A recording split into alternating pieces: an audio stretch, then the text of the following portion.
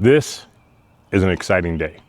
It is the day that we start phase 3 of the Bagheera build.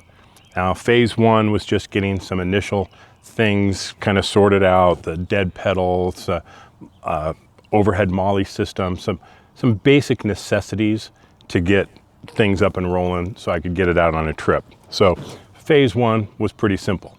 Phase 2 was the dirt box Overland canopy. Now this is our sleeping system, storage, and really making this a useful Overland rig. Phase 3 is the build. So there's a couple components to phase 3 that we're going to go through. It's going to take a couple of days to get everything sorted out. So I'm going to kind of take it step by step on the different things that we're doing, but it's going to comprise a couple different things. Number 1, we have to replace the winch, and I'll show you why in just a minute. Number 2 is the lift, shocks, and tires. So the main build of the Gladiator is coming right now. I'm so stoked. So let's start off with the winch, because that's the first thing we're doing, because we're doing that here at home. And then the lift and tires and all that will be done over at the Edge Automotive, because I still have a bad rotator cuff. I'm healing. It's coming along nicely. I haven't been in any pain for a couple days. So thanks all of you who have reached out with condolences on that. Really appreciate it. I know a lot of people have been through this type of pain and it is miserable, but it's coming along. I'm getting better. I'm healing up, but I can't stress it. So I'm not going to do the lift myself, which I had planned on doing. I'm going to have the guys over at the Edge do it so that I don't stress my shoulder. And to do the winch, I have someone coming over to help me with that. But there's a reason why we're replacing the winch. Let me show you why. Now, this is the current winch we have. This is the Harbor Freight Badlands Apex 12,000. Very happy with this winch. I have no complaints about it. I run it on Optimus and I put it on here. But this Gladiator came with this triple bull bar from Mopar. And there's a small problem with the winch setup. When we go to try and put this into free spool, I can't. It hits the bull bar. That's kind of a problem. And OpenRoad had reached out and said, hey, we think our winch is going to solve that problem. It's going to be easier for you to turn that handle and get it into free spool. Now, I don't know for sure, but we're going to try and find out and see if that works.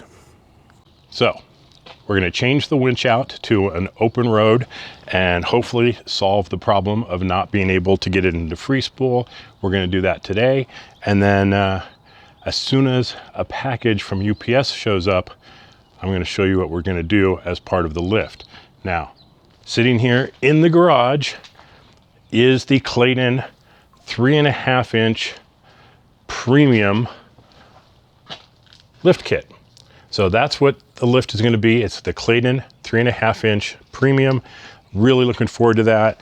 Did some little color stuff with the springs, painted them red to kind of go with the theme. So we'll see how that all works out. We've got some control arm skids, because that's kind of a spot that gets hit a lot on the Gladiator because of the breakover angle. So we're going to be installing those as well. But the biggie, the big unique thing that we're doing is the shocks. The Clayton lift, highly recommended from people. Matt from Ozark Overland, he absolutely loves his. So it's kind of pushed us into that direction. So we're going to do the Clayton lift here on the Gladiator, but the shocks, that's a surprise. And as soon as my man in brown shows up, I'm going to show you what the shocks are all about. Now, I didn't bother to show the winch install because, well, it's a winch install. There's not much to it. There's 2 wires you have to run. We had to pull the bumper off, take the bumper or the slider off, and we got the new winch installed. Big thank you to Mark for coming over and giving me a hand so I'm not messing up my shoulder. But the question is, did it work? And I showed you the problem with the Badlands winch not being able to get it into free spool.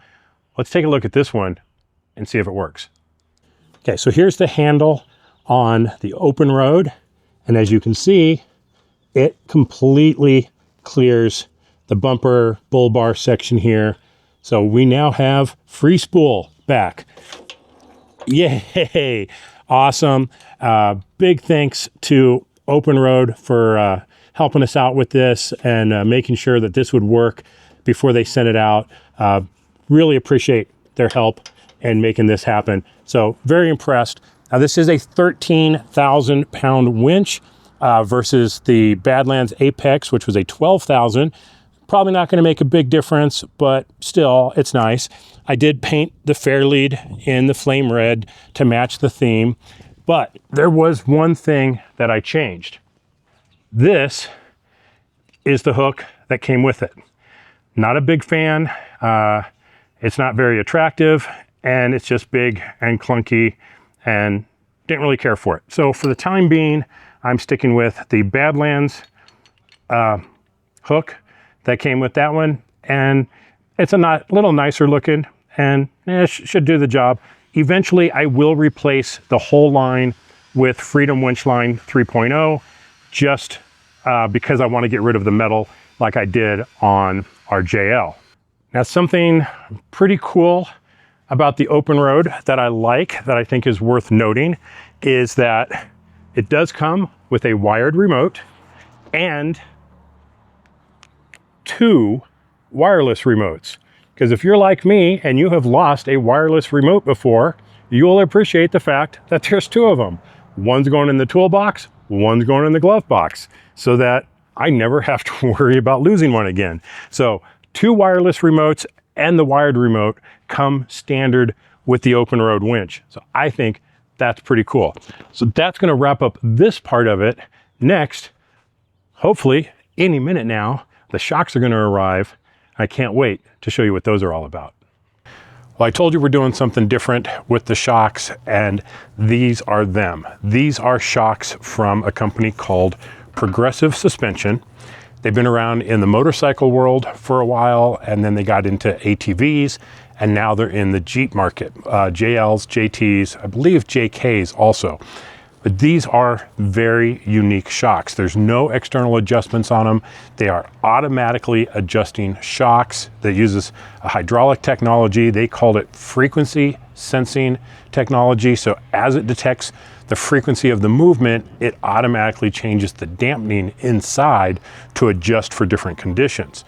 So this is going to be, assuming they work as promised, these could be a serious game changer for people who don't want to hit the road, have to adjust it. Hit the trails, have to adjust it. They're going rock crawling, they're adjusting them. And trying to figure out what that best setting is for each condition, these are supposed to just work. So we're gonna get these installed along with the lift on Monday over at the Edge, get the lift on, get the shocks in, get our tires and wheels in, which I haven't even shown you yet, which are amazing. And then we're gonna head down to Flagstaff for Overland Expo and hopefully hit some trails on the way back and see how these things perform on-road and off-road. So that's the big surprise. New shock technology, something you've probably never heard of before. And hopefully this is gonna be a game changer for people who have JLs and JTs and don't want to mess with having to adjust their shocks. I can't wait to give them a try. This is it. This is the big day. This is the build day for Bagheera. We're over here at the Edge Automotive in Denver. I really wanted to do the lift myself, show you that it's possible to do it yourself, but with my bad shoulder, not gonna happen. Need to take it to people who can do it right without me screwing myself up. So I cannot wait. We got the lift. We've got the Sumo Springs bump stops. We've got some Rusty's protection for the control arm mounts. And we have the Progressive Suspension shocks. Let's let the guys get to work. We've got it up on the lift. Tires are off, and we're getting some of the parts tore off here. Can't wait. Here's the pile of stuff that's going to go on here. I did paint the springs like I mentioned before. Got a little splash of color. We have the shocks from Progressive Suspension, and from Super Springs we have their Sumo Springs bump stops. Yeah, I'm starting to get excited now. Now, one of the things I've mentioned is that we're using Sumo Springs. These are new bump stops that are pretty cool. Inside, it's full of a material consisting of nitrogen bubbles. And now, that doesn't mean if you cut this, they're all gonna leak out. It's not. It's actually more of a solid material the way it's constructed. But these should provide a nice smooth hit when everything bottoms out. You're gonna be hitting these, which are gonna compress nice and gradually and kind of take some of the shock out of hitting the trails. So we're looking forward to seeing how these bump stops perform. We got them on front and back, so let's, can't wait to try them out.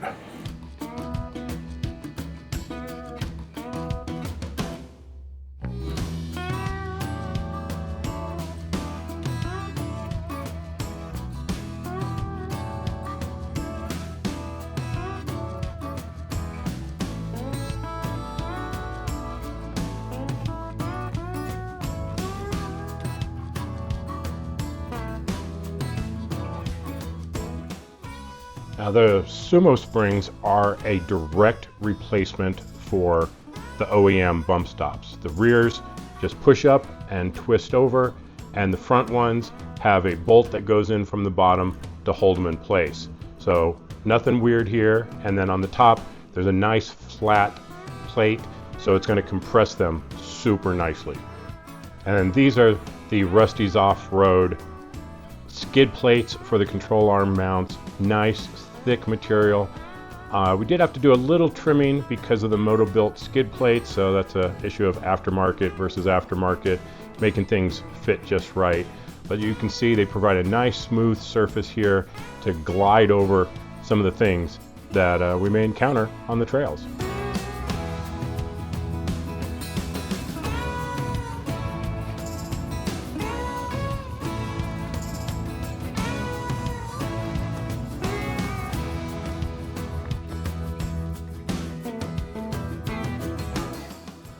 Well, there you have it.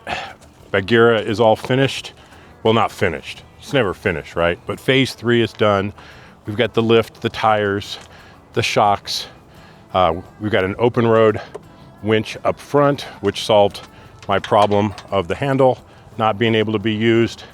And you can see it actually sits a little bit higher than Optimus. Now, part of that is going to be the fact that it's got brand new springs on it.